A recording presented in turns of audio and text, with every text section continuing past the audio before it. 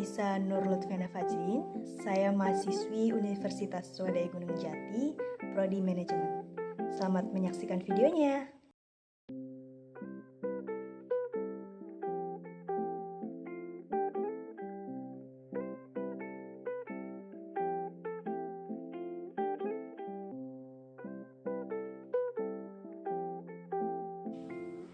Yang pertama, kita masuk kepada jenis dan kategori kompetensi mengenai konsep dan sejarah kompetensi. Ada beberapa pendapat dari ahli mengenai kompetensi. Menurut Michael Armstrong, kompetensi itu adalah apa yang orang bawa pada suatu pekerjaan dalam bentuk tipe dan tingkat perilaku yang berbeda. Menurut Margaret Dale, kompetensi juga menggambarkan dasar pengetahuan dan standar kinerja yang dipersyaratkan agar berhasil menyelesaikan pekerjaan atau memegang suatu jabatan. Menurut McClellan, kompetensi itu adalah karakteristik dasar personal yang menjadi faktor penentu sukses tidaknya seseorang dalam mengerjakan suatu pekerjaan atau dalam suatu situasi. Komponen mengenai kompetensi. Yang pertama ada motivize, yang kedua self-concept, yang ketiga skill, keempat traits, dan yang kelima knowledge.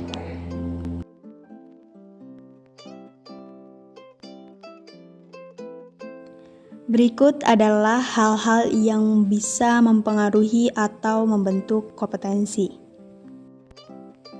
Yang pertama, kepercayaan dan nilai.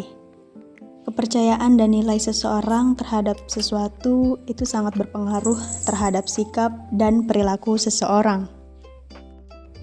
Yang kedua, keahlian dan keterampilan, di mana aspek ini memegang peran yang penting dalam membentuk kompetensi.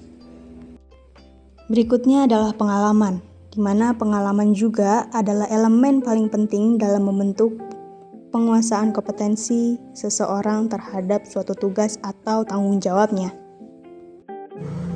Karakteristik personal, di mana karakteristik kepribadian seseorang juga turut berpengaruh terhadap kompetensi seseorang.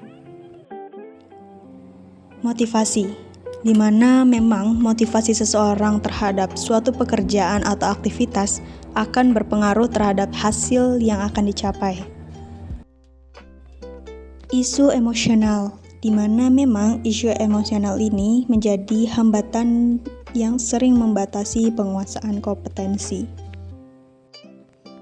Dan yang terakhir, dan juga tidak kalah penting, adalah kapasitas intelektual, di mana kapasitas intelektual seseorang akan berpengaruh terhadap penguasaan suatu kompetensi.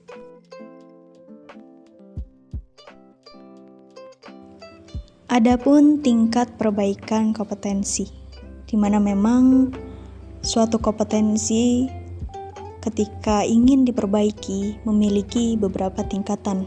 Yang pertama, mudah diperbaiki. Beberapa contoh kompetensi yang mudah diperbaiki, seperti orientasi pelayanan, keahlian teknis, mengelola kinerja, dan lain sebagainya. Tingkatan yang kedua yaitu agak sulit diperbaiki, di mana ada beberapa contoh kompetensi yang agak sulit diperbaiki, seperti orientasi hasil, kualitas keputusan, pengaruh, dan lain sebagainya. Tingkatan yang terakhir yaitu tingkatan di mana kompetensi sulit diperbaiki, seperti inisiatif, inovasi, pemikiran konseptualis, fleksibilitas, dan lain sebagainya.